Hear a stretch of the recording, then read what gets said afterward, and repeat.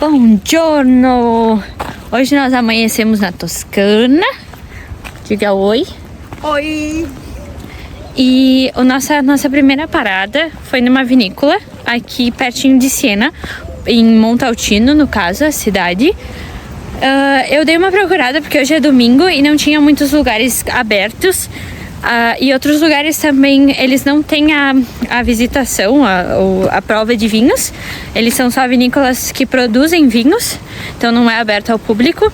E aí uma dessas que a gente encontrou é o Podere della Pipe, não sei se é assim que se fala, Podere della Pipe, que custou 40 euros por pessoa. A gente fez uma visita pelos barris dos vinhos, ali onde ficam.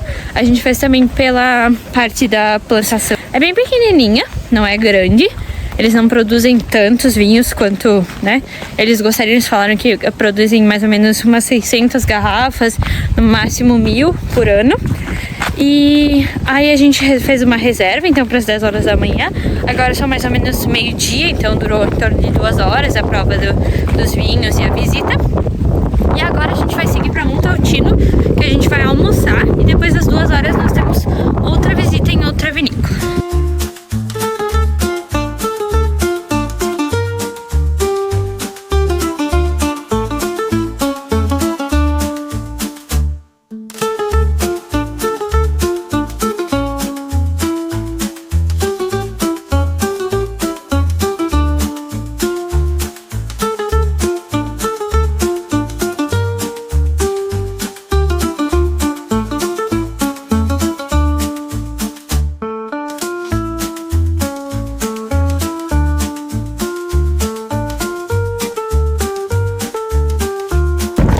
E nossa segunda parada, com bastante ventania aqui, foi na wineria, né, como chama, Patrícia Ascensione.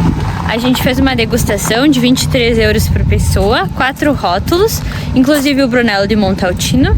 E ela nos explicou que o Brunello de Montalcino, ele tem uma, digamos assim, uma restrição para ser produzido só aqui, por isso Brunello de Montalcino, né? Mas em outros lugares não é permitido ser produzido. Da mesma forma o Chianti, que nossa ideia é passar pela rota amanhã, ele só pode ser produzido naquela específica região. Então aqui na região de Montalcino, só o Brunello. Aí agora a gente vai seguir para Asciano, que é uma cidadezinha que a gente viu que tem aqueles cedros que são famosos das fotos. E aí depois disso a gente vai para Siena.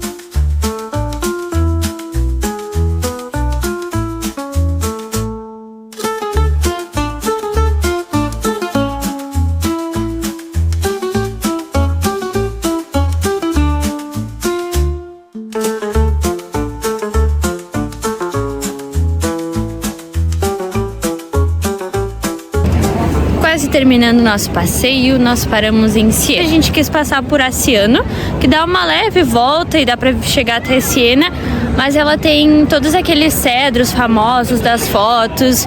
E se tu perdeu um dos cedros, um caminho, tu anda mais um pouco e já tem outro daqueles caminhos, então dá pra bater várias fotos e as paisagens são maravilhosas, aquela típica da Toscana mesmo.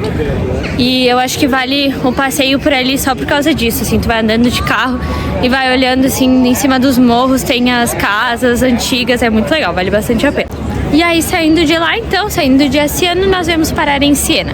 Nosso hotel fica mais ou menos uns 15 minutos daqui de Siena e a gente resolveu vir conhecer. Aqui a gente tá na frente do Palácio Comunal, que eles chamam Palácio Comunale de Siena, um ponto turístico famoso aqui. E agora nós vamos seguir para Duomo de Siena, para a Basílica de Siena.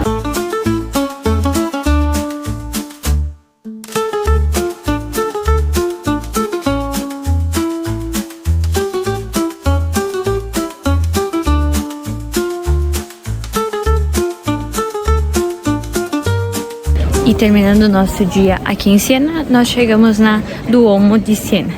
O que é legal aqui na cidade é que ela é aquela típica cidade italiana que é toda pequenininha, com as ruas estreitinhas. Então vale bastante a pena ir caminhando assim e se perdendo mesmo, sabe?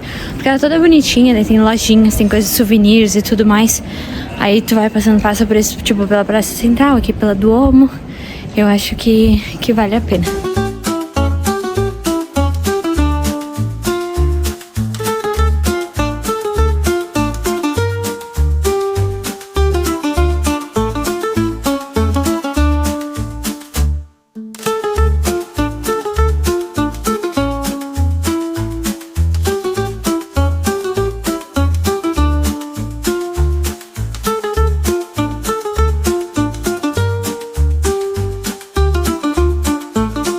Buongiorno! Continuando o nosso roteiro da Toscana, a gente saiu então de Roma, alugou nosso carro lá e a nossa ideia é devolver ele em Firenze, porque o nosso hotel ele ficava no meio do caminho em Siena e a gente queria dar uma volta em Firenze também e tudo mais. E agora de manhã a gente resolveu subir para Firenze. Aí nós vamos devolver o carro lá. E no meio do caminho tem essa vinícola que é Antinori del Chianti Classico, que ela fica na rota, tu não precisa sair da rodovia ali e tal, ela fica no caminho e ela é maravilhosa, porque ela tem todos esses redemoinhos assim que tu pode subir e ver lá em cima. Sério, é muito bonito mesmo, vale a visita, não precisa pagar nada pra entrar aqui. Tu pode vir aqui visitar de graça, tem a lojinha, então dá pra vir aqui olhar os vinhos se quiser comprar alguma coisa. E como nós acabamos num jantar provando o famoso Chianti Clássico, né, que é um vinho também da região da Toscana, além do Brunello de Montalcino, a gente não vai pegar a rodovia do Chianti, que não é a rodovia principal que vai até Firenze, é uma rodovia paralela que sai um pouquinho da rota, acho que dá uma diferença de uns 30 minutos a mais, né, por essa rodovia do Chianti Clássico, mas ela é super famosa aqui na Toscana, da mesma forma daquela que a gente estava ontem perto de Siena, ela também tem os cedros, todo aquele negócio famoso. Só que saindo de Firenze para chegar até Siena não dá para pegar a rodovia normal. Tem que pegar a SR22, que é a do Chianti Clássico. E aí tu vai fazer todo aquele passeio pelas vinícolas que tem esse famoso Chianti, que é uma outra região que só ali é permitido produzir o Chianti. Então se quiser consumir o Chianti verdadeiro, né, produzido na região, é por ali. Ontem na nossa visita, na nossa degustação, né, a moça que estava fazendo a visita pra gente, ela explicou que esses vinhos, eles têm no rótulo o DOC ou DOCG, que é como se fosse um selo que só permite que esses vinhos sejam produzidos nessas regiões específicas. Então, que nem eu falei, por exemplo, ontem nós estávamos na região do Brunello, então, claro, tu pode comprar ele em outros lugares e tudo mais, que é mais abaixo de Siena, e a região do Chianti, que é mais acima de Siena, que é entre Firenze e Siena, que é onde a gente está agora.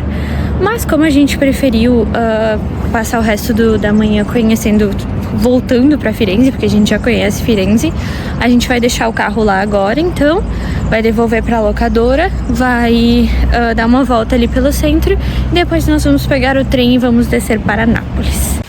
E por que toda essa ida e volta, né? Sair de Roma, ir até Siena, que era o nosso hotel na Toscana, ok, mas por que ir para Firenze e não voltar para Roma? Então, a gente queria dar mais uma volta em Firenze, a gente já conhece Firenze, mas a gente gostaria de voltar para ter dado mais uma passeada ou visto algumas coisas.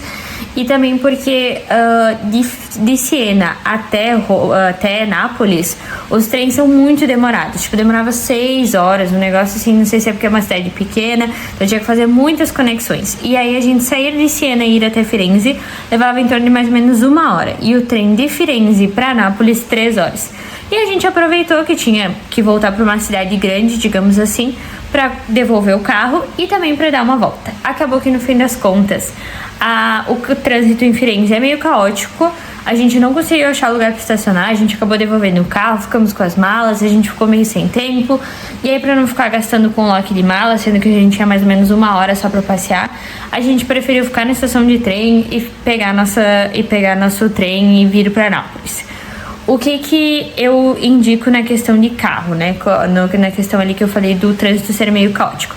Essas cidades grandes, elas têm dentro das regiões ali históricas, elas têm as ZTLs, que são as zonas de tráfego limitado.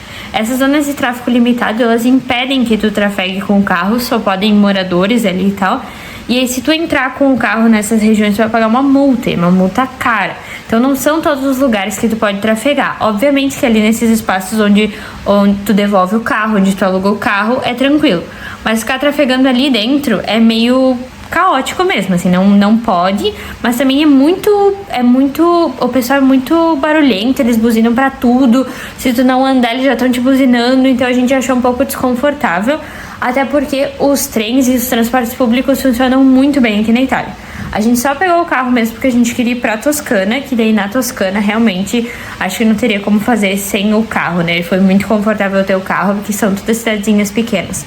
Mas essas cidades grandes não é indicado justamente por causa desse cuidado com as ETLs e justamente por causa desse trânsito caótico.